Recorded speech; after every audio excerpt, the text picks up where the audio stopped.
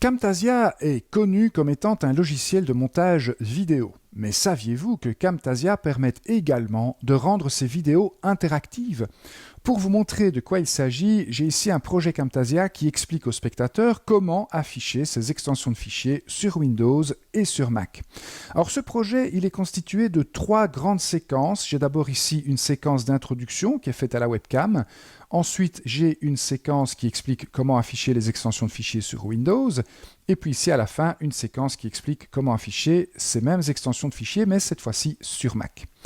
Alors j'ai enrichi ce projet avec une série de fonctionnalités interactives. Si vous regardez bien au niveau du plan de montage, eh bien vous avez peut-être remarqué ces 3 petits triangles bleus. Il y en a un qui se trouve ici, il y en a un autre qui se trouve ici, et le troisième qui se trouve ici tout à la fin. Alors que sont ces 3 triangles bleus? Eh bien pour le savoir, je vais cliquer sur la petite flèche qui se trouve ici en dessous de l'icône plus qui me permet, vous le voyez, d'ajouter une piste supplémentaire. Ce n'est pas ce dont j'ai besoin pour le moment. Je vais cliquer sur cette petite flèche. Et cette petite flèche, eh bien, elle fait apparaître 2 fonctionnalités interactives de Camtasia, à savoir les marques et les questionnaires.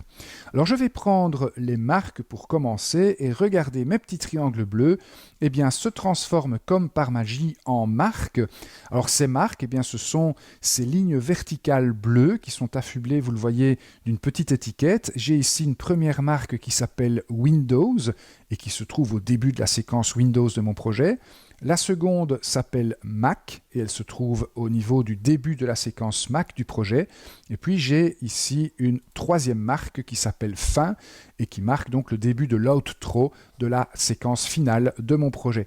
À quoi vont servir ces marques? Eh bien, elles vont me permettre de générer une table des matières de ma vidéo. Autre fonctionnalité interactive présente dans ce projet. Je retourne ici dans cette liste déroulante et cette fois-ci, je vais prendre l'option questionnaire. Et là, vous voyez qu'il y a une ligne verticale qui apparaît ici sur mon plan de montage. Cette fois, elle n'est plus bleue, cette ligne verticale, elle est verte. Et si je zoome à cet endroit-là, eh bien, vous allez constater qu'à cet endroit-là du plan de montage, eh bien, il y a un pré-test, il y a un questionnaire qui a été ajouté à cet endroit-là du plan de montage. Et le questionnaire, c'est un peu comme les marques, sauf que c'est pas bleu, c'est vert comme vous le voyez. Ce questionnaire, il a été placé à environ 44 secondes ici dans ma vidéo. Retenez bien ce timecode, nous en aurons besoin plus tard. Autre fonctionnalité interactive qui fait partie ici de mon projet, regardez, quand je me place entre ma séquence d'introduction et ma séquence Windows, eh bien j'ai une série d'annotations qui apparaissent ici sur mon écran. Sur quel système d'exploitation travaillez-vous? Je travaille sur Mac, je travaille sur Windows. Eh bien, ces 2 annotations, je travaille sur Mac et sur Windows, sont des boutons qui vont permettre au spectateur d'être redirigé soit vers la séquence Mac, soit vers la séquence Windows. Alors, allons voir comment tout cela fonctionne. Tout d'abord, remarquez que ces petites annotations se trouvent à 1 minute 23 secondes dans ma vidéo. C'est de nouveau un timecode qu'on va retenir. Et maintenant qu'on sait tout cela, eh bien, on va dans le menu Exportation et on va exporter un fichier local. Comme d'habitude, je vais exporter mon fichier MP4, je clique sur Suivant, et là, Camtasia m'envoie ce petit message d'alerte qui me dit que ma vidéo contient au moins une fonction non prise en charge par ce format de fichier. Et puis si vous regardez, nous avons ici la liste de toutes les fonctionnalités interactives dont je viens de vous parler. Donc le sommaire basé sur les marques, les zones interactives ou les questionnaires. Eh bien apparemment, ces 3 fonctionnalités interactives ne sont pas prises en charge par ce format de fichier. Le format de fichier, c'est le MP4. Qu'à cela ne tienne, je vais quand même procéder au rendu de ma vidéo. Donc je choisis le nom de ma production, je choisis l'endroit où j'ai envie que Camtasia exporte donc cette vidéo, ce sera dans ce dossier qui s'appelle Final. Je n'ai pas envie d'organiser les fichiers produits dans des sous-dossiers, par contre j'ai envie d'afficher les résultats de production et de lire la vidéo après la production. Voilà, je suis prêt, je clique sur Terminer et maintenant je vais laisser faire Camtasia. On se donne rendez-vous dans quelques instants quand le rendu de cette vidéo sera terminé.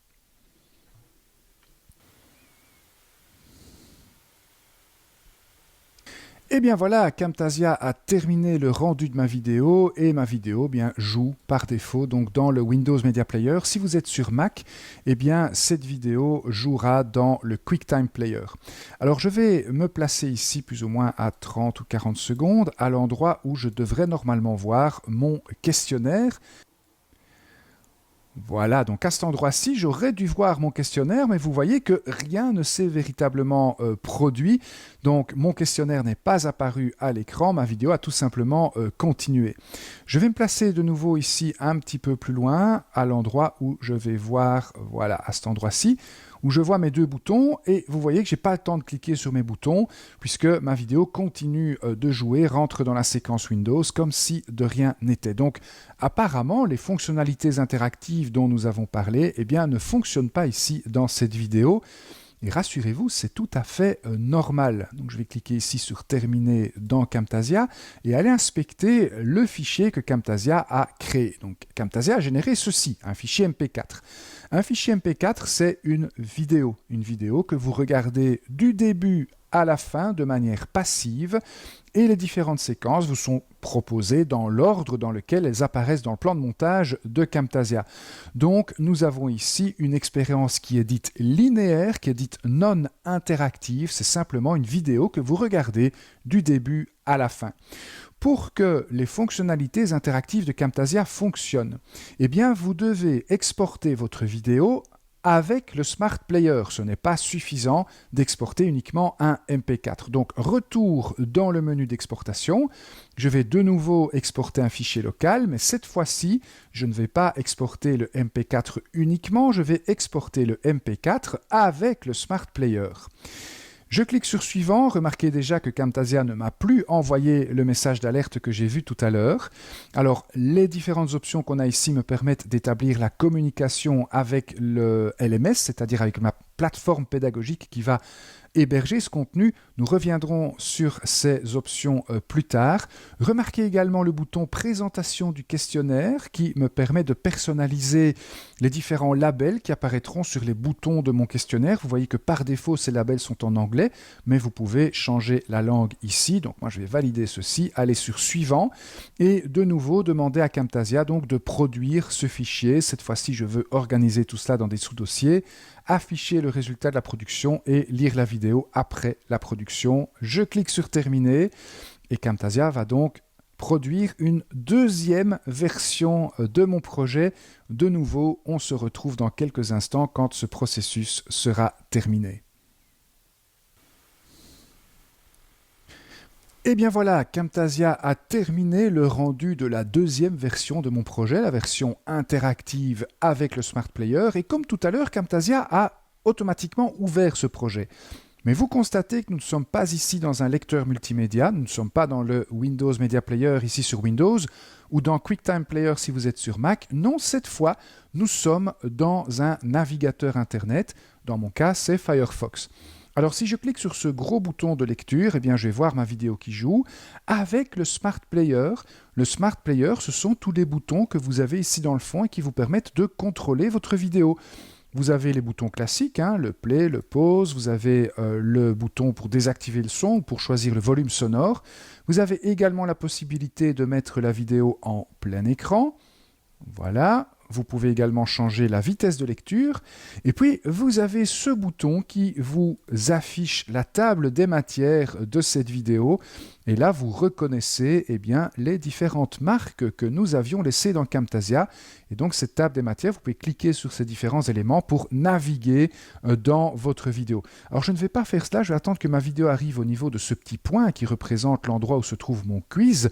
Et voici mon quiz. Donc, je vais cliquer sur ce bouton et j'ai la première question qui apparaît. Donc, sur Mac, le programme vous permettant de gérer vos fichiers et dossiers s'appelle c'est le Finder, comme ceci.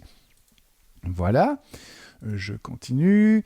Parmi les extensions de fichiers suivantes, lesquelles désignent des images, ce sont celles-ci. Voilà, super, c'est de nouveau la bonne réponse. Et puis ici, par défaut, les extensions de fichiers sont affichées sur le système Mac et sur le système Windows. Je vais mettre vrai. Et vous voyez que cette fois, ce n'est pas la bonne réponse, donc j'ai un autre feedback qui apparaît ici. Donc voilà pour le quiz. Je clique sur le bouton « Continuer ». Je peux éventuellement revoir mes réponses. Je clique de nouveau sur continuer et la vidéo reprend là où elle s'était arrêtée et elle s'était arrêtée là où se trouvait le quiz au niveau du plan de montage de Camtasia. Alors je vais accélérer un petit peu la lecture, donc je vais me placer ici. Et cette fois, eh bien, vous allez voir, voilà, mes deux boutons. Donc, je travaille sur Mac, je travaille sur Windows. Si je clique sur le bouton Mac, eh bien, je suis envoyé directement vers la séquence Mac de ce projet. Donc, j'ai sauté la séquence Windows. Rappelez-vous que la séquence Mac se trouve à la fin de mon projet dans le plan de montage de Camtasia. Bref, j'ai ici une expérience qui est non linéaire. Je peux regarder les séquences dans l'ordre dans lequel je le désire et chaque spectateur peut éventuellement avoir un parcours différent du spectateur suivant et précédent dans cette vidéo. Je vais arrêter la lecture ici de cette vidéo et vous montrer les différents fichiers que Camtasia a produits. Donc ça se trouve ici dans ce dossier. Vous allez retrouver le même fichier MP4 que précédemment. Donc ça, c'est votre vidéo brute, je dirais.